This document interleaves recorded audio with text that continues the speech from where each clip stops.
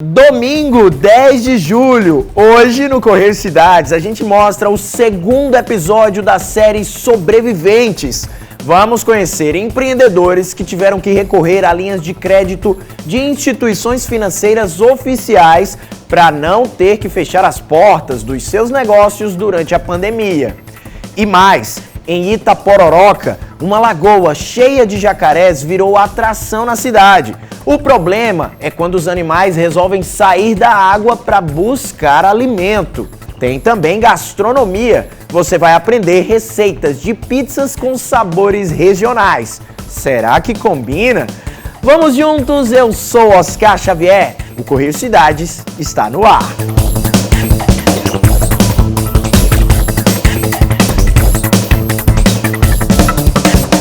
Na segunda reportagem âncora da série Sobreviventes, a gente mostra agora que muitos empreendedores tiveram que recorrer a linhas de crédito de instituições financeiras oficiais para não ter que fechar as portas dos seus negócios durante a pandemia. Só o Programa Nacional de Apoio a Microempresas e Empresas de Pequeno Porte, o PRONAMP, concedeu quase 770 milhões de reais a empreendedores paraibanos.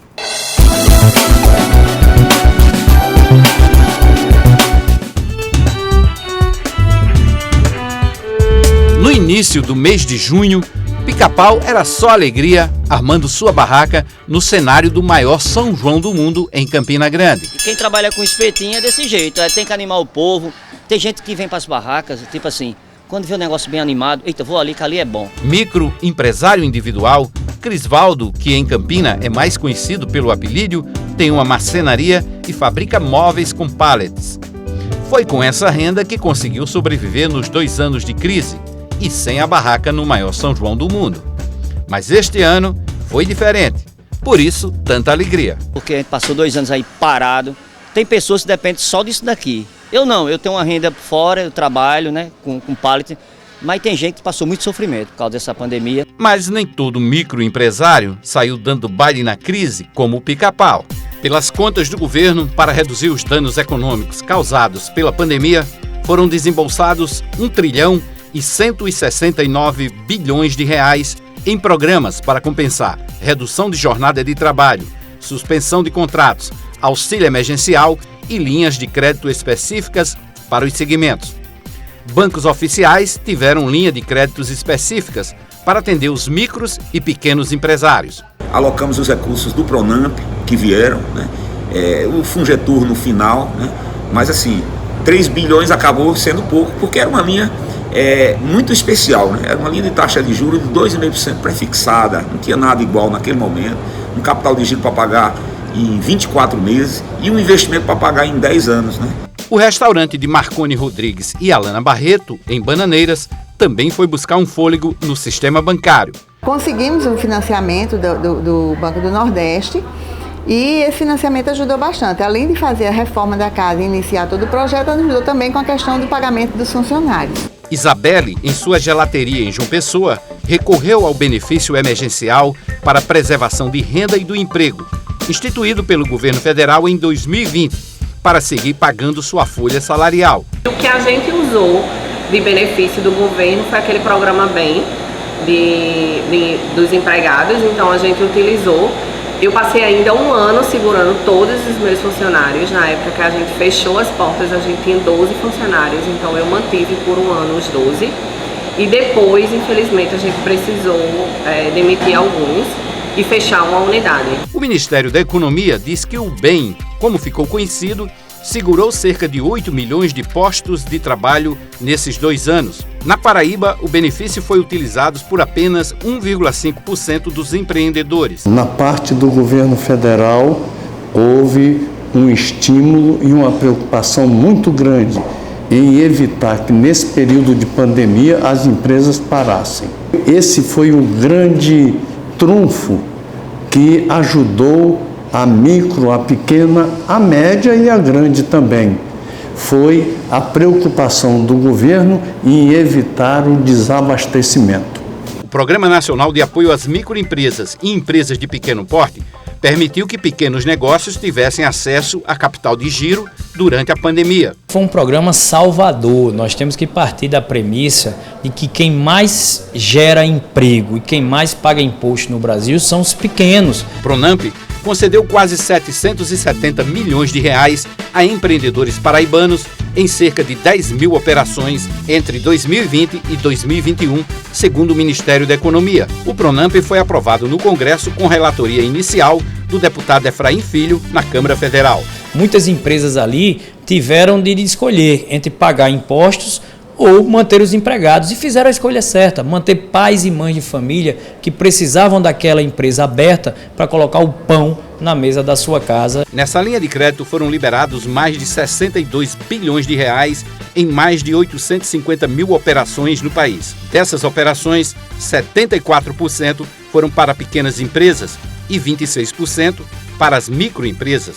Em 2021, o Pronamp virou Programa Permanente de Crédito. Empreendedores paraibanos também recorreram a um programa emergencial de crédito com um fundo garantidor de investimentos, com quase 650 milhões e mais de 1.200 operações no ano de 2020. 82% das micro e pequenas empresas perderam seu faturamento durante a pandemia. E aqui na Paraíba foi uma situação pior, porque foram 90% das micro e pequenas empresas. E desses, 60% tentou acesso ao crédito, mas apenas 28% conseguiu por causa de tanta burocracia. Pelo interior do estado, a pancada maior foi no segmento de alimentação. Na Paraíba, o governo estadual criou um programa que atende quase 100 cidades onde não tem restaurante popular. Hoje a gente tem em pleno funcionamento no estado 91 restaurantes do programa Tá na Mesa, e muitos desses empreendedores estavam com suas portas fechadas por conta da pandemia. A gente teve um empreendedor que abriu o restaurante, com 2 meses veio a pandemia e ele fechou e demitiu toda a equipe, e esse mesmo restaurante hoje emprega 18 pessoas. Esse investimento do Tesouro Estadual impactou diretamente os micros e pequenos empresários, que repassam as refeições por R$1 à população em vulnerabilidade social alimentar e conseguiram manter as portas abertas.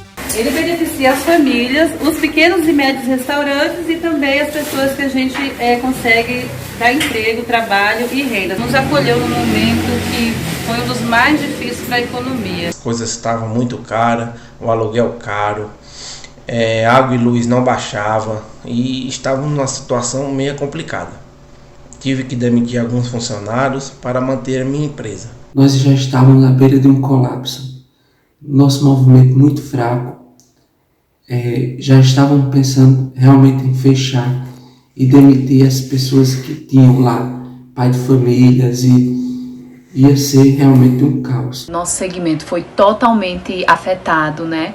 Então, quando achávamos que íamos fechar nossas portas, o governo veio e nos deu essa oportunidade. Todos os dias são 25 mil pessoas e 700 atendidas, o que dá também por dia circulando nos municípios, nesses 91 municípios, diretamente R$25.700. Com a ampliação do programa, vai distribuir 200 refeições em 13 municípios entre 8 e 10 mil habitantes.